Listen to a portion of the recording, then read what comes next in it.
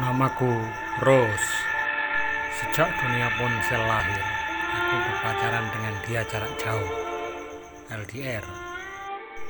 Sebab tiba-tiba saja ada SMS gelap, tidak tahu pengirimnya, ke ponselku. Kami lalu chatting banyak hal.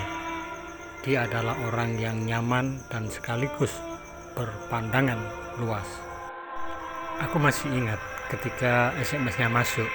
Saat itu pada tanggal 17 Ramadan dan aku sedang menjalankan tugas akhir kuliah PPL di Mandenanyar. Di pondok itulah aku dan beberapa santri setiap pagi kirim doa pada Kiai Bisri Sansuri, salah satu pendiri NU bersama dengan Kiai Wahab Hasbullah dan Kiai Haji Hashim Asy'ari. SMS-nya memang ambigu. Begini bunyinya. Soren Kier Tijet menemui Ahmad Wahib di Selat Sunda untuk bertemu Derrida. Mereka bertiga kemudian memandangi gelombang lautan yang selalu musnah. Bayangin coba, siapa yang tidak penasaran dengan kalimat-kalimat yang tidak jelas demikian. Namun ada juga beberapa SMS yang aku mengerti. Misalnya, jika pemikiran tak beribu, maka ilmu pengetahuan bernasib seperti anak tiri yang terbuang. Ia kebingungan di pertigaan jalan. Atau SMS yang lain misalnya, Rose, hidup itu seperti pesawat terbang di bandara. Segalanya datang dan pergi bersalaman dengan waktu yang terus terkejut. Di akhir SMS panjangnya itulah aku tahu bahwa namanya kilat karena dia memberi tertanda kilat.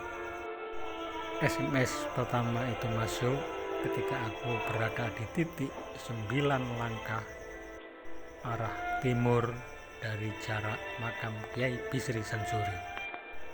Setiap aku memandang makam Kiai Bisri Sansuri, aku membayangkannya seperti makam Gus Dur, di mana di atas gundukannya ditunggui ayam jago putih yang berdiri menghadap ke timur. Ayam yang selalu berkokok sangat nyaring dengan suaranya yang khas. Suaranya yang khas. Lengkingnya, nadanya, timbrenya, pokoknya tidak ada duanya lah. Kalau aku disuruh menggambarkan bagaimanakah suara ayam jago putih itu, aku menggambarkannya seperti suara Cak Nun. Suara Cak Nun ini tidak enak, tapi khas, bahwa itulah Cak Nun dengan suluknya, khas dengan goya selawatnya.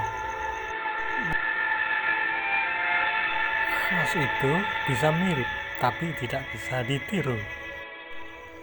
Hingga kini aku juga belum tahu ia tinggal di kota mana, di kabupaten mana, di provinsi mana, bahkan di negara mana. Namun aku berharap dia bukan penghuni Pulau Segitiga Bermuda, satu wilayah yang sangat rahasia, pulau yang sering menyedot hilang benda-benda yang melintas di atasnya. Katakanlah meskipun kita hidup itu selalu berkawan dengan rahasia, tentu aku takut juga jika hilang dan lenyap di pulau itu. Aku juga berharap si kilat ini bukan warga Tunguska, satu kawasan di Arizona yang gosong terpanggang jatuhnya meteor, dan jadi kawasan tandus. Sebab kawasan tandus tidak akan melahirkan kebudayaan megah.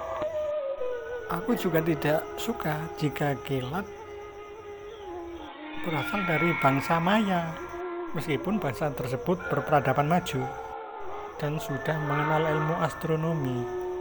Namun, ketika Raja Maya bepergian, rakyat harus mengusung tandu. Satu hal lagi, kebiadab bangsa Maya adalah ritual mempersembahkan jantung darah segar untuk persembahan kepada dewa Itzama, penguasa surga, lalu persembahan kepada dewa Kinitz, penguasa matahari, dan dewa Ahputs, penguasa kematian, juga pada dewa Chak, sang penurun hujan. Saat ritual persembahan itu digelar di altar terbuka, kemudian bayi yang masih segar dibelah dadanya hingga muncrat, kemudian jantungnya dirobek dan dijilat sebagai sah persembahan dewa.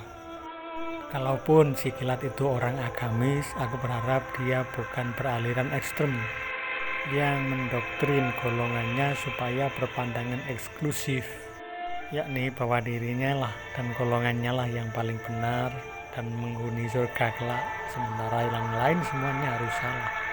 Sebab jika dia eksklusif, maka ia berjiwa esotris, yakni suka menghina orang lain karena tidak sesuai dengan dirinya, juga memaksakan orang lain agar mengikuti jejaknya. Aku tidak suka demikian.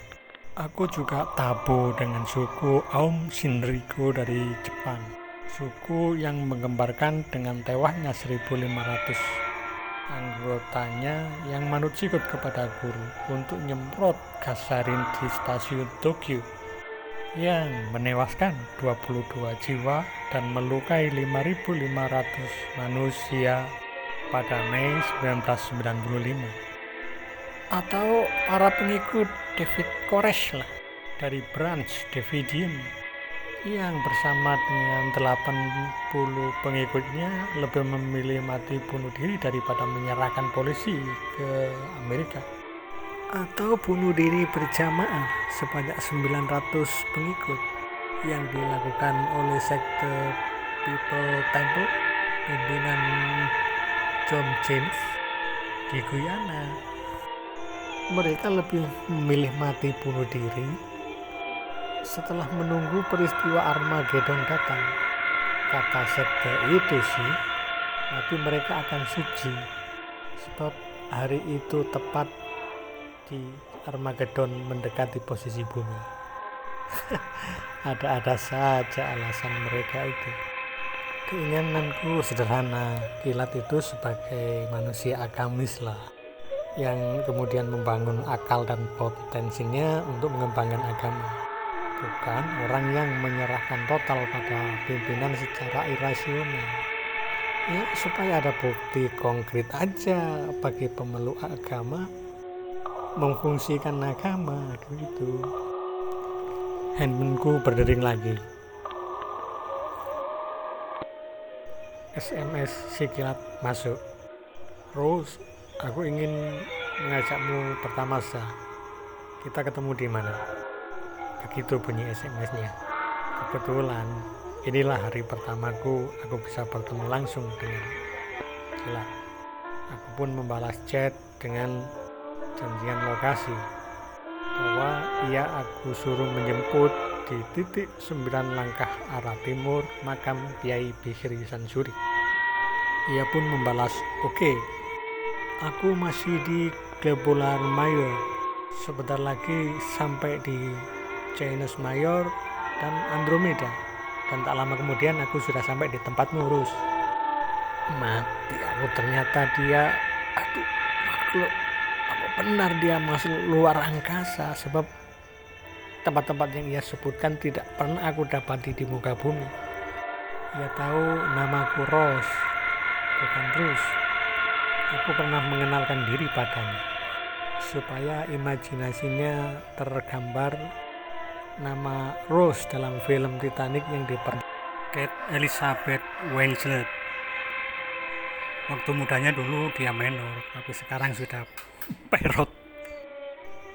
Sedangkan namaku sendiri aslinya Rusmini, asli Jombang. Kasihnya Cak Besut lah. Belum selesai aku berangan-angan, tiba-tiba ada benda sangat besar, ada benda raksasa dari angkasa turun di sini, turun di 9 langkah arah timur makam Kiai Bishri Sansuri. Benda itu mirip pesawat terbang, tapi bukan. Lebih tepatnya kayak piring terbang lah, tapi juga bukan. Kalau aku menggambarkannya itu seperti bangunan gedung Python. gedung PLN yang sangat besar dengan lampunya yang berwarna-warni dan terlihat sangat terang sekali di dalamnya. Dari gedung berlampu itu kemudian keluar suara, "Ayo Rose, kita berangkat." Tiba-tiba saja tubuhku langsung terserap.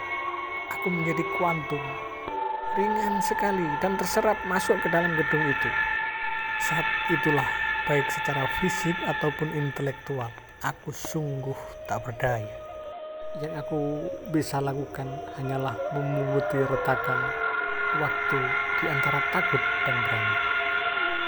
Aku benar-benar bagai mata dadu yang bergelubuk ketika dikocok kemudian menampilkan nilai. Aku sungguh pasrah, aku siap hilang atau menemukan keajaiban sekalipun. Aku lupa banyak hal, hanya yang aku ingat waktu itu tanggal 7 Agustus 2012.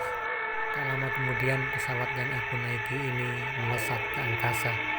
Aku tak menemukan makhluk yang mirip manusia. Di sini hanya ruangan dengan sistem-sistem elektronik semua. Hanya ada suara itu yang mengajakku berbincang. "Kita ke Andromeda ya Rose." Ruangan ini berkata demikian untuk menunjukkan aku bahwa kita sekarang berjalan ke satu tempat yang bernama Andromeda. Aku tahu sih itu satu rumpun gugusan planet di luar Bima Sakti ini. Satu detik kemudian aku teringat masa SD, di mana ketika pagi aku selalu mengambil sapu di kantor guru. Nah, di kantor guru itulah ada sebuah globe yang sering aku putar-putar. Begitulah sekarang aku melihat bumi yang aku tempati tadi hanya sebesar globe di kantor guru itu. 2 detik kemudian aku melihat bumi itu sebesar kelereng. Dan 3 detik kemudian aku melihat bumi hanya sebesar debu. Tampak dari sini bahwa bumi di sana bergerombol dengan teman-temannya dalam satu rumpun yang disebut Bima Sakti. Aku terus melesat dalam pesawat itu. Aku juga tidak bisa menamai pesawat ini karena memang tidak mirip Voyager. Kita sudah di Andromeda, Rose. Yang sebelah kanan itu Bima Sakti. Oh my god. Bima Sakti jika dilihat dari sini tampak seperti trompet. Sekarang kita di Chinese Major, Rose. Suara itu memanduku lagi. Nah, yang sebelah kiri itu tampak Bima Sakti. Wow, Bima Sakti jika dilihat dari sini mirip sekali dengan Garuda terbang, tapi terbuat dari cahaya dan kelap-kelip bintang. Kedua sorot mata Garuda raksasa itu ternyata gugusan awan yang terbuat dari Monoceros dan nebula kepiting. Yang keduanya adalah hasil ledakan benda angkasa. Pesawat ini terus melaju di angkasa. Jika ada yang menyalip kecepatanku, dia adalah Quasar 3707 plus 0305. Dan aku yakin bahwa Einstein tidak pernah tahu bahwa Quasar ini bisa melesat lebih cepat dari kecepatan cahaya.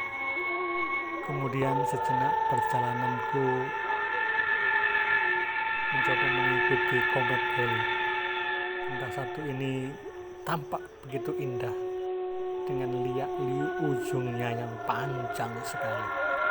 Komet ini berjalan sangat cepat lantaran dia keluar melesat dari edarnya.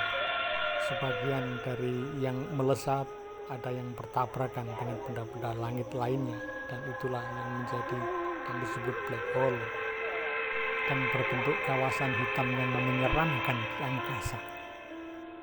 Pemandangan angkasa lainnya yang tak kalah menarik adalah rumpun bintang-bintang Pleiades. Mereka ini mirip lampion-lampion yang bercahaya. Sesekali juga perjalananku disapa oleh makhluk-makhluk luar angkasa. Tentu saja dia bukan jin, bukan manusia. juga bukan malaikat tentunya. Maka benar apa yang pernah dilihat oleh penyanyi country Johnny Shen pada 29 Januari di Las Vegas, Nevada. Kata John, dalam teropongnya ia melihat bahwa ada makhluk yang mengikuti planet Sirius. Makhluk itu mirip manusia, tetapi telinganya mirip sirip ikan hiu. Benar juga apa yang pernah dilihat oleh Kepala Polisi Jane Griffiths di Alabama dulu pada jam 10 malam 17 Oktober 1973. Kata Jeff, di luar angkasa ada makhluk setinggi 50 meter memakai baju hitam. Perjalananku pun terus melaju ke ruang-ruang hampa yang seandainya aku tahu namanya pun percuma, karena aku yakin bahwa peradaban ini tidak akan bisa menyentuhnya. Terakhir perjalananku itu aku melihat dua planet yang saling berpelukan dan bersinggungan. Ya, gugusan galaksi kembar lah. Garis-garis edarnya itu berpelukan tapi tidak bersinggungan dan bertabrakan. Masya Allah, ini sungguh tatanan Maha Kreator yang sangat menggenah sekali. Angin coba, di dalam galaksi kembar ini ada planet yang besarnya 360 kali besar bumi. Aku menghitung ada 7 planet serupa. Jika 7 planet ini jaraknya sama dengan bumi, maka hawanya akan asri sekali. Dan juga jika rotasi 7 planet ini sama dengan bumi, maka satu hari di planet ini sama dengan 1 tahun di planet bumi. 7 planet ini pepohonannya sangat rindang dan sungai-sungainya bermata air susu. Tentu siapapun yang menghuni planet ini akan kerasan sepanjang zaman. Ayo Rus, kita kembali ke bumi. Begitu ruangan ini memberitahuku, aku pun menyetujuinya karena percuma jika aku teruskan perjalanan ini, karena aku tak akan sanggup mengabadikan nama-nama. 2 detik kemudian bumi sebesar bola kelereng. 3 detik kemudian bumi terlihat sebesar bola kasti. 4 detik kemudian bumi sebesar globe di ruang guru.